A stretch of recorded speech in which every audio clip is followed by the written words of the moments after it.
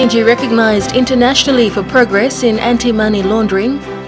University of Goroka to hold reconciliation meeting. Government attempts to salvage UPNG academic year.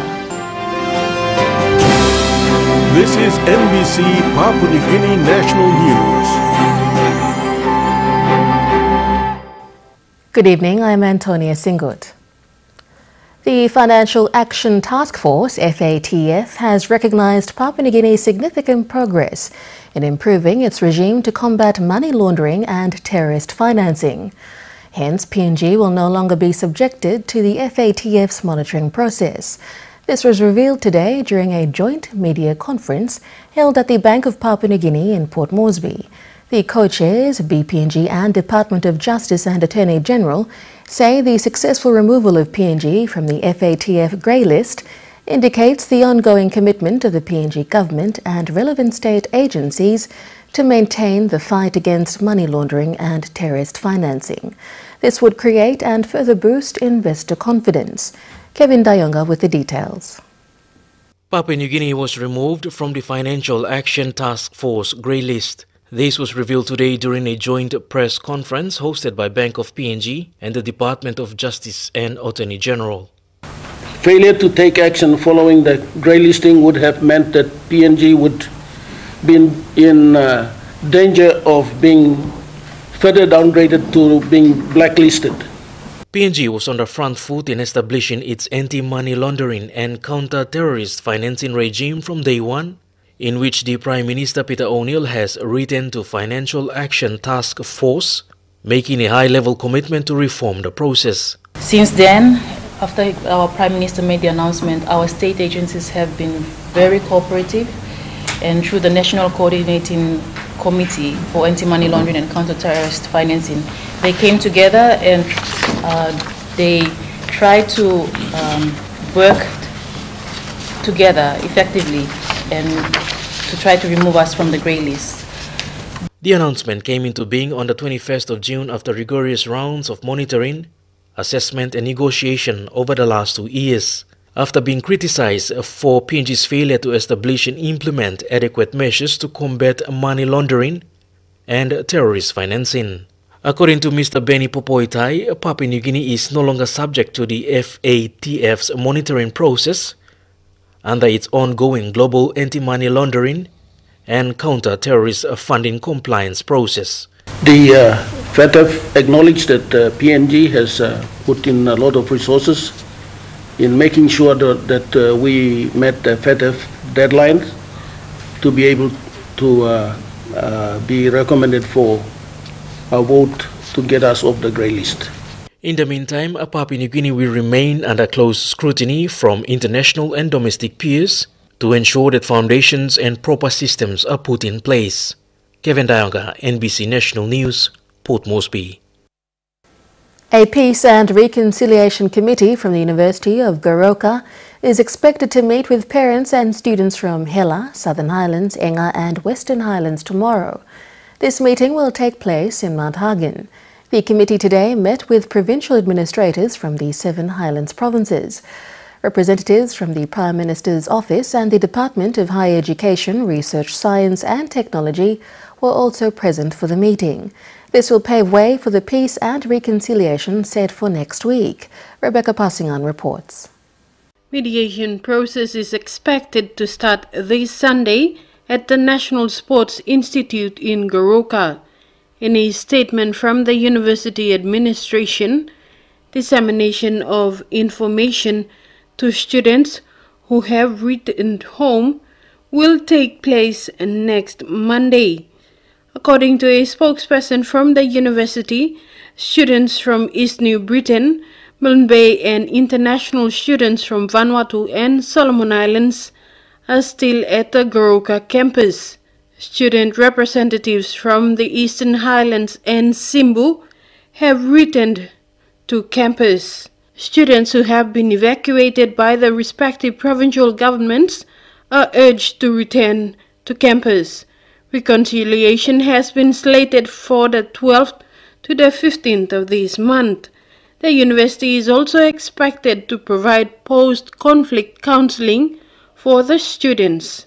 Rebecca Passingan, NBC National News, Port Moresby.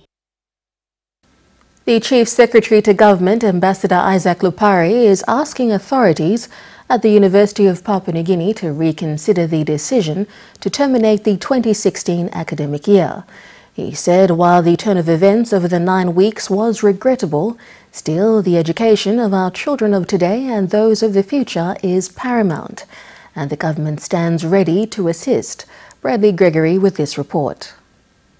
The University of Papua New Guinea logo, the country's premier institution. Just last year, the university celebrated its Golden Jubilee, 50 years of educating elites from Papua New Guinea and the neighboring Pacific Islands. However, the last 9 weeks of standoff has come at a cost. To exercise democracy at the cost of their education. On Tuesday, the university made an important decision. That was to terminate studies, probably the first in the many years of the school's running. Yesterday, Chief Secretary to Government Isaac Lupari was in talks with the UPNG management, simply asking them to save the academic year. Lupari, in a statement to the media, said, "What has happened in the last 9 weeks was regrettable. We can't change that. What is important is the education of our children." Two factors were the focus of his consultation with the university heads. Firstly, to rationalize the decision to terminate classes, and secondly, to save the academic year. Mr. Lupari, while appreciating and understanding the basis of the decision, asks that the academic year be saved. He says the government stands ready to assist in whatever way it can, considering that there are still 6 months left in the year. Bradley Gregory, NBC National News, Port Moresby. An assessment has discovered that millions of kina is lost annually by the state due to illegal logging in the country. Executive Director for Partners with Melanesians, Ken Mundiai, says a majority of illegal logging is undetected in PNG. Mundiai made this known after coming across an illegal logging operation in the Central Province. 67-year-old Joseph Guevara, a principal landowner from the Inaina village in the Kariku district of Central Province, is now considering taking the state and a logging company to court for breach of the Timber Authority agreement. Guevara claims the agreement between him and the logging company is doing more harm than good. Leanne Togiba reports. Quick intervention by Partners with Melanesians saw the logging operations on what is a wildlife management area come to a stop. This was a breach of the Timber Authority agreement entered into by Guevara. Mr. Mondiai says the agreement was breached when Woodlands Limited, a Philippine logging company, felled logs in the area. So I'm confirm also only cut inside long buffer zone now within the WMA area. So me play drive one tab, na me play go looking, me play assess him, over the area, and me play looking very clearly 20 meters from the center of the road alignment, east, and was all breaching this la buffer zone. They were already operating inside the wildlife management area. Adding that, just recently, Conservation and Environment Minister declared the area AWMA. It is yet to be gazetted. Woodlands Limited Operations Manager Mr. Lau, however, says the Forest Authority gave them approval to log in the area.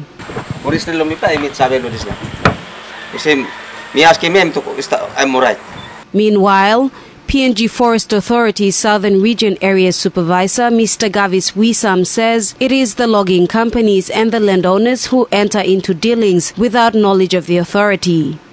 This land was called private dealings act. So this land, Papa grown companies are married past them na piano sakalo forestry. However, it appears the Private Dealings Act was repealed a long time ago. It has been replaced by the Forestry Act 1991. Mr. Guevara has now requested that the logging company pay 150,000 kina for the logs already felled and the Road Alignment Timber Authority agreement be amended. He plans to take further court actions if this does not happen. Leanne Togiba, NBC National News, Port Moresby. The Hela Governor saga has reached another twist. The province now has two governor-elects after holding two separate assembly meetings on Tuesday. Koroba Kopiago MP Philip Undialu was voted in during the meeting in the morning, whilst Komo Magarima MP Francis Potape was elected during the afternoon meeting. The people of Hela are now left in confusion as both MPs are claiming to be the governor-elect. Jack Tame reports from Mount Hagen. In the history of the new Hela province since yesterday, two factions of the Provincial Assembly has held two separate assembly meetings to elect the province's new governor. The first news came from Hela Land as informed the country and the government that the new governor-elect for Hela was Philip Undialu, member for Koropa Kopiago. But there was another assembly meeting held by member Francis Potape in the afternoon, chaired by the deputy governor and assembly chairman Thomas Potape, and declared Potape as the governor duly elected. Philip Undialu's faction with Minister James Marape met in the morning and elected Philip Undialu as their governor-elect for Hela province, chaired by the Provincial Assembly clerk Watson Ebala, and left for Port Moresby soon after. However, at 2 p.m. in the afternoon, Potape's faction held another Provincial Assembly meeting chaired by the Deputy Governor and Assembly Chairman Thomas Potape, and elected member Potape to be their governor. Soon after his election, he then signed his declaration forms in front of Senior Provincial Magistrate Vincent Eralia.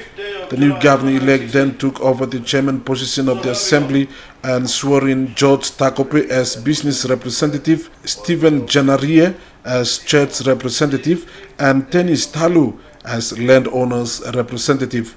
Governor Potape then took time to appoint his PEC members and also addressed the crowd outside and explained his plans to develop the new Hela province. Meanwhile, Thomas Potape, deputy governor and assembly chairman, described the meeting of Undialu's faction chaired by the assembly clerk as illegal. Assembly clerk is not elected even. I'm not power to elect him assembly or contact him assembly or swear him in assembly members, no member. Governor-elect Francis Potape told the media that his team has followed the right process with eligible voters to elect him. He further appealed to Philip Undialu and his team to work with him as united leaders because they were a minority group without the support of the people. Them is, I am the legitimate governor, elected through the rightful process, and I want us to unite and work with me. I also put my hand up well before Anderson Agro was alive and sick and so forth. So this is not a thing that I wanted to do when Agros died. Agros' death is not a political mileage for me. Agros' death is unfortunate. Hela province now has two governors, and it is the matter of the National Provincial Affairs Ministry to recognize either Undialu or Potape to be the legitimate governor after the two groups present their meeting minutes. Jack Tame, NBC National News, Mount Hagen. Meanwhile, Francis Potape has presented a report to the Minister for Intergovernment Relations and Deputy Prime Minister Leo Dion for his determination. Mr. Potape is confident that he has taken the right approach and that he is the legitimate governor for Hela. Bradley Gregory with this report.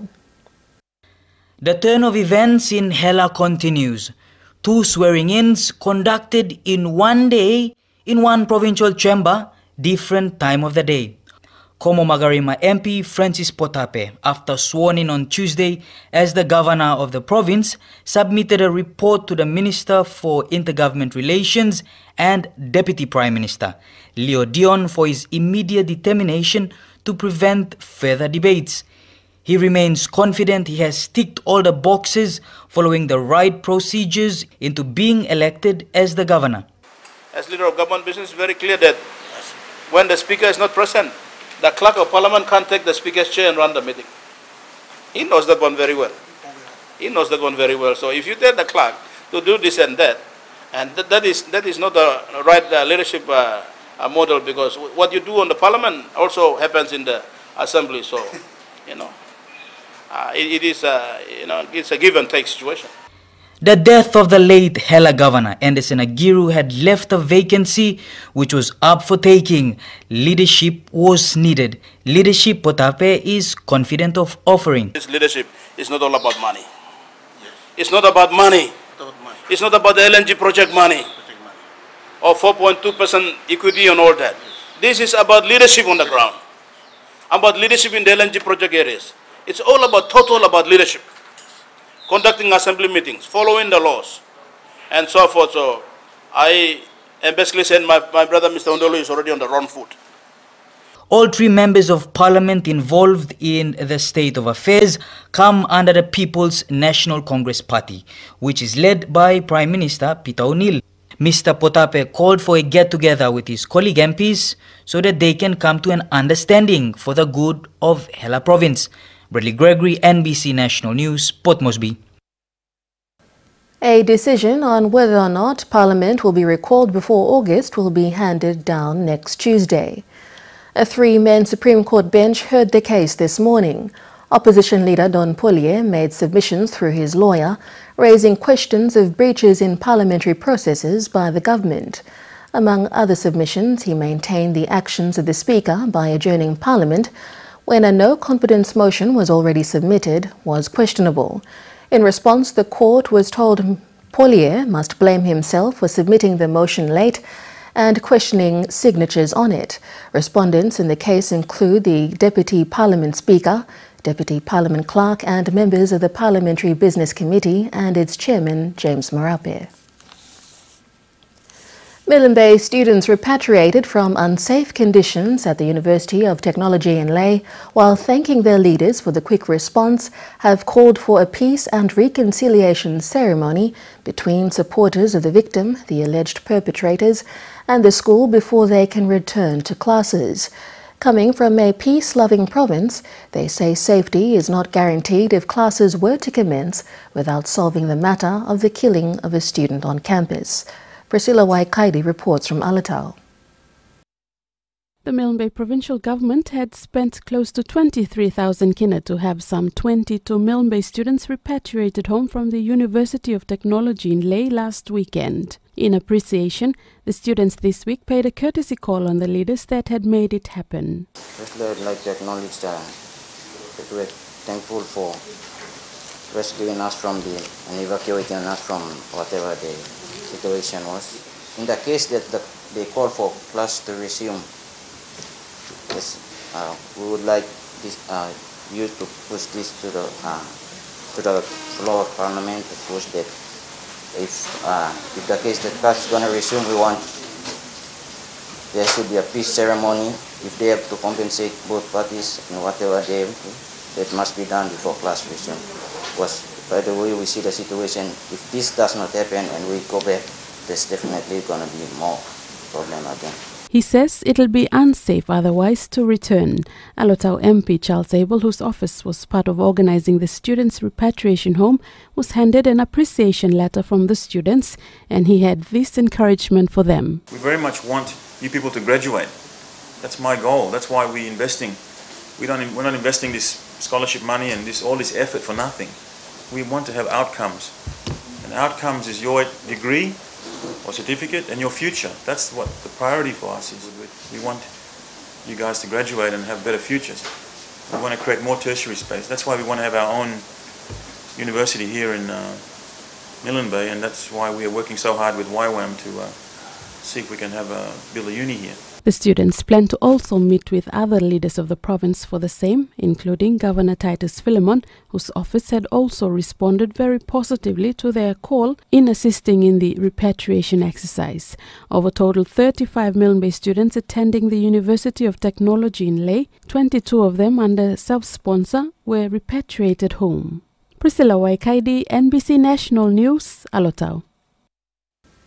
Now for the weather preview, Douglas, what will it be for most centres? Most centres should be fine tonight with the weather. Good evening, everybody. The weather in brief, most of the centres will experience fine weather conditions, while a few will have a shower or two and thundery showers. I've got all the weather details a little later in the news. It's back to you, Antonia. Thank you, Douglas. Coming up next, people of Moorabbin welcome Sir Michael Samara to the province and plans to establish a proposed Lutheran university in Limbo. Stay with us on NBC National News.